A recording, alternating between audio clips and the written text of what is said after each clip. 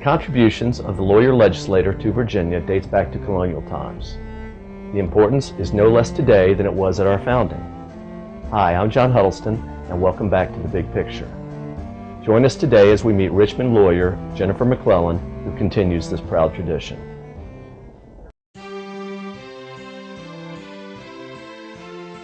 If you look back, some of the most dramatic changes in American history were either started by or done by lawyers, starting with, Thomas Jefferson was a 32-year-old lawyer who wrote the Declaration of Independence. James Madison was about the same age when he wrote the Constitution. The Constitution came about because he and Alexander Hamilton, who was in his 30s, decided, we need to fix the way the government is working. On down the line, and so that naturally led me to want to be a lawyer. I think it's very important to have lawyer legislators, and we don't have as many as we used to. And you can see a difference, and you can tell which legislators are the lawyers. I mean, you are writing the law, so it helps to have someone who understands, how the law works, who can understand the importance of one word over another one. And sort of the way we're trained to approach issues and solve problems helps in committee hearings, because sometimes we may see an unintended consequence that somebody else might not, and so that's been very important. It helps you figure out the right questions to ask. And then obviously, when we're debating on the floor, you can tell who the trial lawyers are, because they're the ones who can, immediately, be quick on their feet and jump up in response to an issue, whether they, had come in prepared to do it or not. And I think we're a better place for that. Jennifer, can you tell us a little bit about what it means to come to work for the citizens of Virginia in such a venerable building? Well, it's a pretty awesome place to come and work every day and passing laws, and to sit where so many historical figures sat. The building is one of the oldest capitals, might be the oldest capitol in the country, designed by Thomas Jefferson, a young lawyer at the time.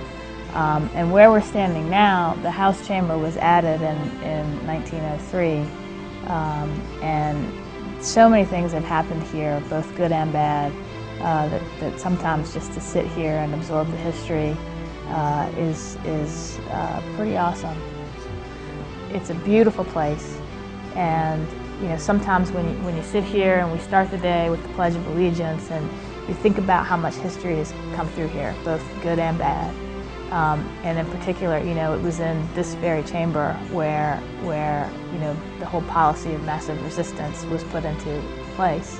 And to now, to be an African American woman serving in this legislature, sitting where those folks sat, it shows you how far we have come, and just in a relatively short period of time. In a relatively short time. Yeah. So. Yeah. One of the things I've seen is there are a lot of people who have problems that feel like they have no voice in the government, and being a legislator not only has allowed me to work to solve those problems, but to be their voice here, and to bring their perspectives and point of views to public policy making in a way that I probably couldn't do just as a lawyer dealing with one person at a time in court, and that's been extraordinarily satisfying. Jennifer, you have for years been very involved with any number of organizations, the local SPCA, the Boys and Girls Clubs of the greater Richmond areas. You have been very involved with Virginia State Bar, having recently served as the president of the Young Lawyers Conference, the hardest working group within the State Bar organization.